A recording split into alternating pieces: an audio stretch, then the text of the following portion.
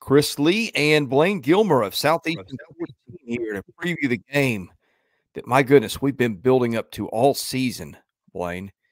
Alabama and Georgia in the SEC title game. I guess the preseason prediction for most people was that Alabama and Georgia would be the teams here. Certainly Georgia in the East was everybody's pick, and either Alabama or LSU in the West. But in any case, here we are. Alabama is a 5-point underdog with a 56-point over-under as we're doing this on Sunday night. That makes for a predicted final of Georgia 31, Alabama 26. Other computers and sources of interest, Jeff Sagarin has got this as basically a pick-em. If you want to be technical about it, he's got Georgia favored by about 1/4 point. ESPN's FPI favors Georgia by 1 point. SP Plus favors Georgia by 7. Team rankings, Georgia favored by 3. Blayne, Georgia's not lost in an eternity. Alabama has not lost since the Texas game. Maybe the two best programs in college football meet in Atlanta, and I cannot wait to see this one. Yeah, it's going to be exciting. And the last team that Georgia lost to was this Alabama team in the SEC championship in 2021 before their streak started there in the playoffs thereafter, subsequently beating the Alabama team to win that first national championship in 40 years. So there's a lot of familiarity here. There's a lot of pride on the line here between, Kirby Smart and Nick Saban always like to pull out and say, well, it's not about us, it's about the players and things like that. But there's some personal pride on the line when it's, pupil versus, the student and teacher and things of that nature. So there's that element of it as well. And these two teams, Chris, other than, since Alabama played Texas, I would think it's fair to say Alabama has not faced a team the caliber of Georgia, and Georgia probably hasn't faced a team the caliber of Alabama all year long, quite honestly. So it is going to be a stiff test for both, and I think it's going to be interesting to see who rises to the occasion in such a big-time atmosphere. Yeah, Alabama has not played the schedule that Georgia has. It's been much tougher. Georgia's has been easier, relatively speaking, but look, Georgia just makes a lot of stuff look easy. But Alabama's been playing for its life since the Texas game. Since then, bowl teams it has beaten: Ole Miss, Texas A&M, Tennessee, LSU, Kentucky, and Auburn. So that's a pretty impressive gauntlet that the Crimson Tide have run with their backs to the wall. Yeah, and I always say you can't use the transitive property in football. You can't say, well, this team did this in this scenario, because there's different scenarios, different health of teams and all this kind of stuff. But there are 4 common opponents between these. So you can go back and say, well, how did Georgia and Alabama both do against Ole Miss? How did they both do against Tennessee? How did they both do against Auburn? There's different ones there, and Kentucky as well.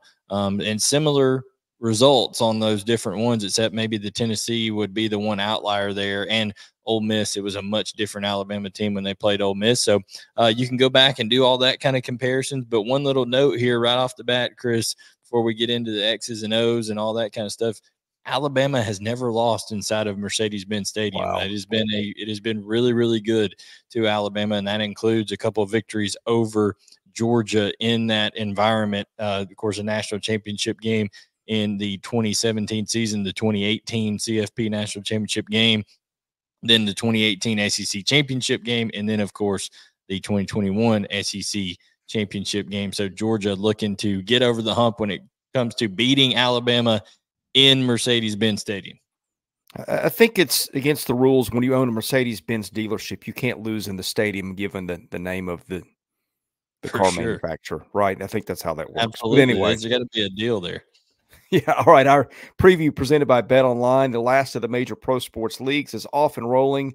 College basketball is ready to go, and here as well. BetOnline remains your top spot for all your live betting action and contests. NFL, college football, UFC, NHL, all in full swing. BetOnline is your #1 source for wagering news, odds, trends, and predictions. All the hoops betting action, along with every sport available at your fingertips with both desktop and mobile access at any time. Head to BetOnline today. Remember to use our promo code BELIEVE, that's BLEAV, for your 50% welcome bonus on your first deposit. Bet online where the game starts. All right, let's start when Alabama's got the ball. Crimson Tide averaging 35.8 points a game. Georgia giving up just 14.3. Alabama is running at 58% of the time, getting 5.4 yards per carry on rushing plays. Georgia giving up 3.8 on passing plays. Again, sacks are passing plays. Alabama getting 8 yards per play. Georgia giving up 5.6. And Alabama turning it over just 1.3% of the time. Georgia forcing turnovers 2.1% of the time. This is going to be a wild game because Georgia can get after the passer and force turnovers. Not normally its MO, but it's been more of it this year. We've talked about Alabama's troubles in giving up sacks, although the offensive line has played much better lately. You've got the dynamic of Jalen Milroe, just the rushing quarterback. I'm not sure how many times Georgia's faced a guy like him this year. I know you probably know that off the top of your head. And Georgia's defense, it's not the star-studded household name bunch that maybe we had a couple of years ago, but still as good as anybody in the country. I cannot wait to see how this one breaks down on the side of the ball. Yeah, I mean, you mentioned the mobile quarterback element, and I think Georgia experienced some of those headaches against Georgia Tech a little bit with Haynes King, who's a 4.4 40 guy, can really run. But the running element of that, there were some triple option elements of that Georgia Tech was doing to Georgia that gave them some fits and some different, formational things that you're not going to see against Alabama. Alabama's going to play a little bit more straight up. They're going to run some gap stuff and things like that. But the thing that you saw out of Georgia Tech and things that you also saw out of Auburn, Peyton Thorne, a guy who gave Georgia some troubles with his mobility, his athleticism early on in the season. A lot of the read game involved in that. Alabama's not doing as much read. It is more predetermined. Either Milroe's going to give it or he's going to keep it. But I think some of the bigger matchups in this game, Chris, in terms of this side of the ball, when Alabama has the ball, of course, everybody's going to say, well, Milroe and his legs, and everybody's going to say, you got to stop Jason McClellan, and then Jermaine Burton's their number one target. But there's some key players that you need to watch in this one and some key matchups. And that would be Chaz Chambliss, Marvin Jones, Tyke Smith, Smile Munden, guys who are responsible a lot of times for the edge and for setting the edge for Georgia against Robbie Utes, C.J. Dupree, Kendrick Law, how they're used in Alabama's run scheme. Because if you go and watch film, when they get on the edge and when they're able to block things on the edge and get to the perimeter, which Alabama can do and they want to on some of these designed runs to the quarterback, and also some misdirection look type stuff where they'll have counter blocked one way, counter tray, where they're pulling Proctor and they're pulling a guard over to the right, but they're having Jam Miller, or they're having Roydell Williams, or they're having Jason McClellan go on a speed sweep to the left. It is one-on-one blocks out there with that star position where Tyke Smith is going to be playing and where Robbie Utes is going to be, and where a bunch of these different guys are going to be trying to win one-on-one blocking matchups. And then who can fill over the top with Malachi Starks? Can he come down and make sure he makes some tackles? And then when you do that, Chris, and when you start to deploy those hats down into the box and try to get that advantage and prevent Alabama from beating you on those perimeter runs and things like that, that's when those shots over the top happen. So eye discipline and one-on-one battles on the edge are going to be huge in this game. Alabama is one of the better teams in the SEC at creating explosive plays. 71 plays of 20 yards or more. Georgia is one of the best in the country at preventing explosive plays, only 35 plays of 20 yards or more on the season. So it's an intriguing matchup and some fascinating inside the X's and O's matchups there when you get into it between Georgia and Alabama. Well, one other thing that stuck out to me as you were reciting Georgia's defense there, there may not be a Jordan Davis on this team, but man, a lot of those guys have played just a ton of big ball games, SEC championships, playoff games. And that's one thing I'm curious to see how that translates, because I'm not sure Alabama's offense has got the number of players who played for those kind of stakes. Yeah, I think that two players that you're seeing that have been around for a long time for Georgia, maybe haven't been the headliner names, but they've played in key moments, are Nazir Stackhouse and Warren Brinson on the defensive interior are playing tremendously right now. And the way that Georgia's off defense is designed is to plug the middle first, make sure you do not run up the middle on them, spill everything to the outside, and then rally to it with speed.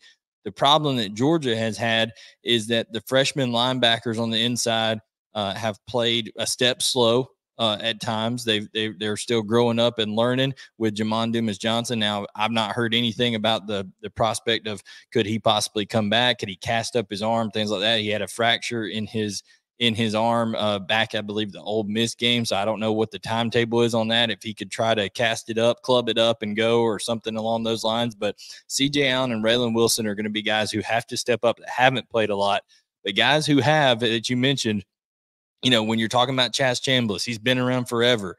He's playing really good football right now. And Tyke Smith is finally healthy and playing really well. So it's gonna be lots of guys. Robbie Oots seems like a guy that I've heard Eli Gold say his name 50 million times. Robbie Oots coming through there for Alabama. So it seems like he's been there forever. And Dupree's a guy, he hasn't been at Alabama forever, but he played at Maryland, had great success. So, and then Kendrick Law has just been getting better and better. So I think those matchups right there are something I'm very excited to see in this game. And you'll know early on who's winning those by, hey, what happens on the edge? Are they able to keep contain of Jalen Milroe? Because that's another thing too.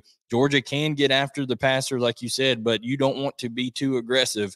They showed some looks against Georgia Tech, kind of testing things out where they used Raylan Wilson, a true freshman from Florida that can absolutely fly. Number 5, watch him. He could end up being a spy on Jalen Milroe in this game. Auburn had success on Milroe when they were disciplined with their spy in that game. And LSU, we saw in that game, LSU failed to have a spy several times, and Milroe ran absolutely rampant on them. So it'll be interesting to see how Georgia approaches it defensively.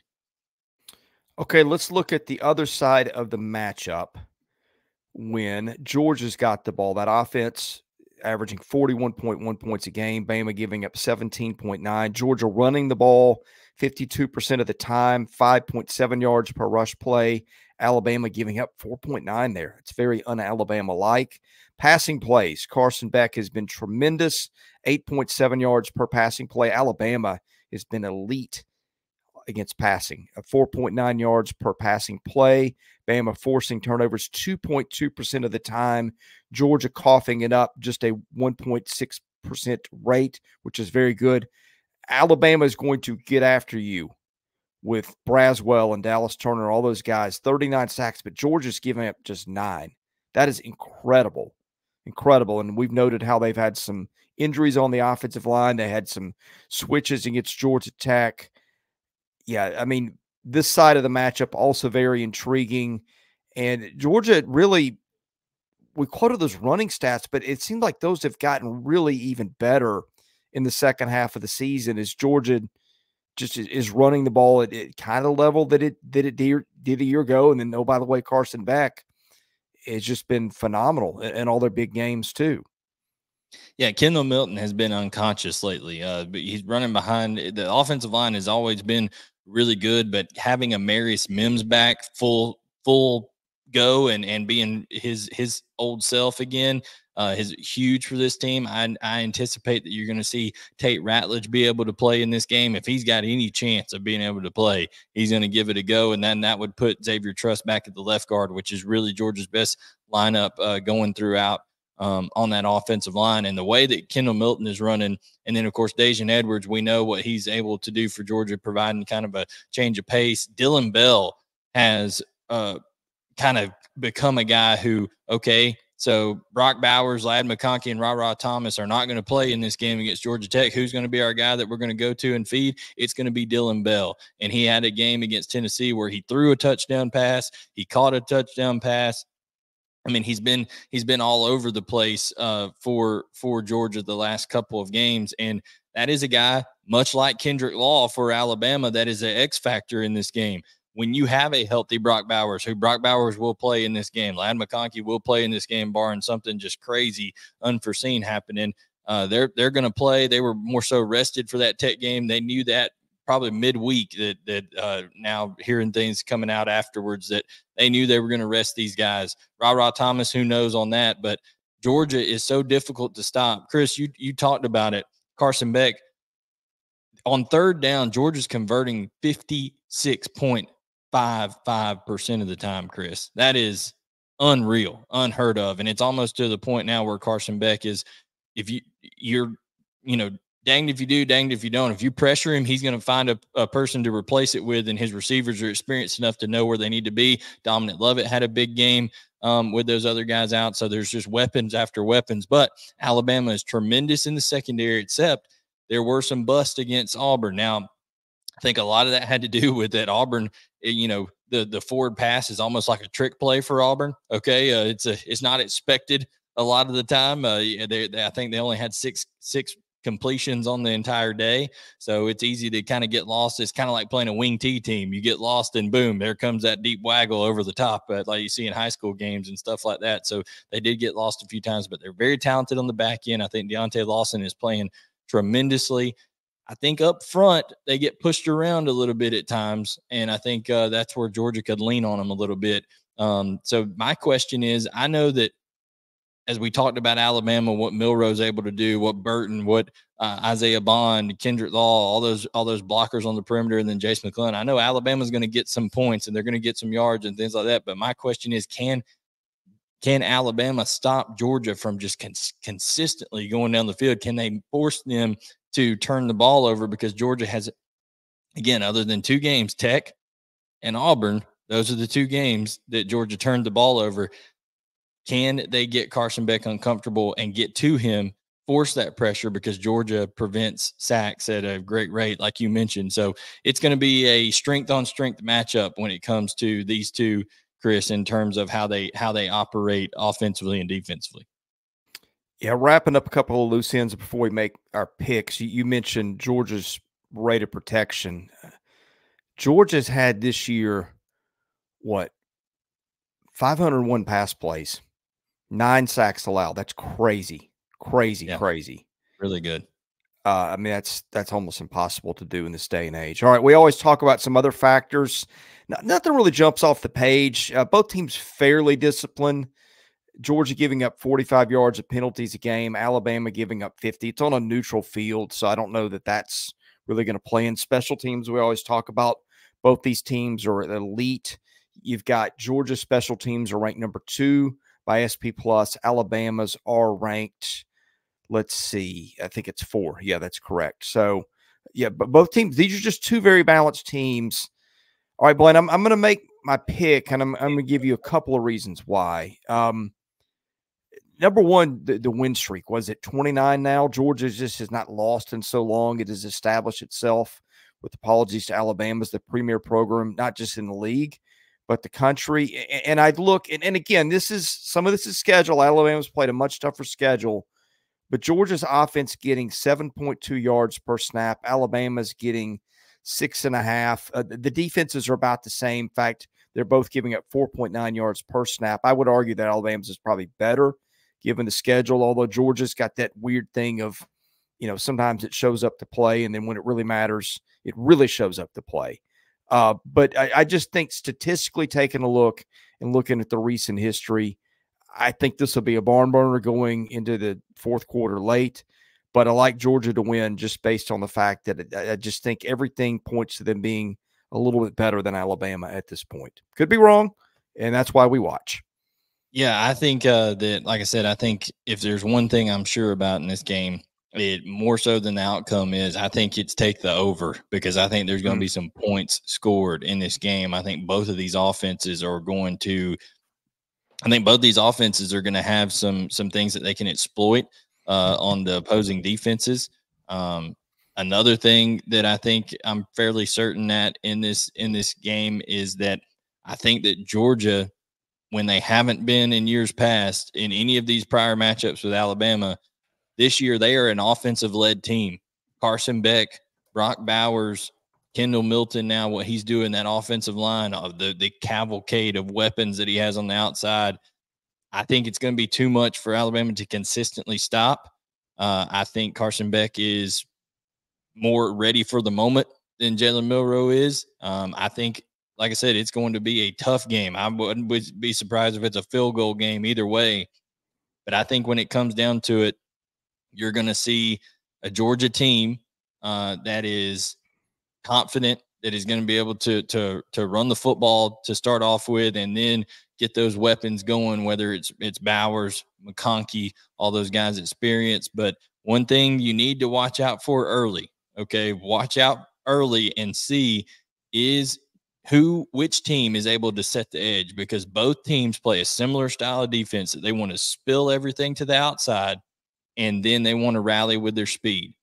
Who is able to get the edge, whether it's Arian Smith on some kind of end around or a jet sweep for Georgia, or whether it's Kendrick Law or Isaiah Bond being used on the perimeter, one of those two things. If you see that happening early, that could be an indication of a team starting to get a little bit of advantage there. But I like Georgia to win. I like Georgia to win in a close one here in Atlanta, and hand Alabama their first loss in Mercedes-Benz Stadium.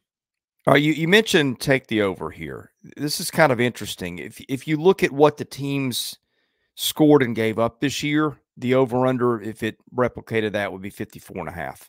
It's 56 here. So it's kind of interesting too.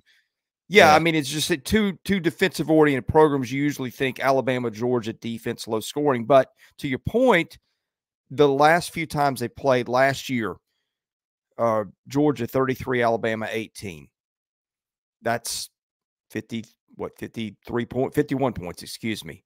Time before that, 2021, Alabama 41, Georgia 24. That's 65 points. Same score the last time they played in 2020. 2018, Alabama 35, Georgia 28. So that's what, again, 63 points. So, yeah, I mean, the over is as much as these teams are defensive oriented, and it seems like this happens in college football in the playoffs. These games just bring out bigger risks and more points. And so that would seem to support your thought there. Yeah. Elite offensive playmakers. Everything, the bag gets emptied here, Chris. And that's the other thing too. Georgia has won a lot of these games stress-free.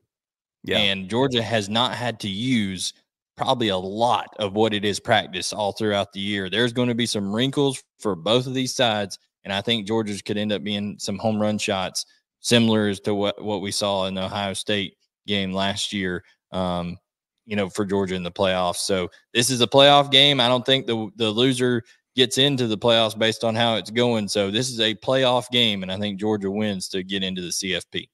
Well, one more thing, these defenses can both produce points too. Get after the passer, force a fumble, get a pick six, those kind of things too. So sometimes that factors into the scoring as well. Could here, although both teams are pretty decent about taking care of the ball.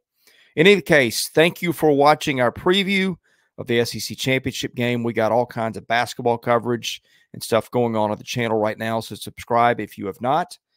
God bless you all. Have a great weekend of football watching. And thank you for watching Southeastern 14, presented by Bet Online.